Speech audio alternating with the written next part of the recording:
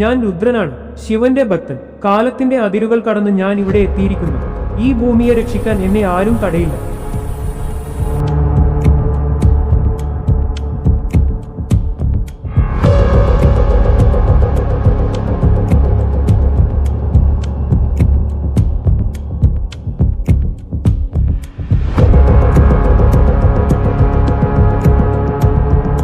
ത്രിശൂലത്തിന്റെ ഒരൊറ്റ അടിയിൽ ആകാശത്തുനിന്ന് വീഴുന്ന നക്ഷത്രങ്ങളെ പോലും കീറിപ്പറിക്കുന്നു.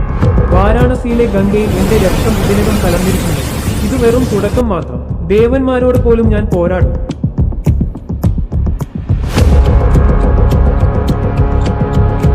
ഒരിക്കൽ ഞാൻ പ്രതിജ്ഞ ചെയ്ത കാലം തന്നെ എന്റെ വാക്ക് കേൾക്കേണ്ടി വരും.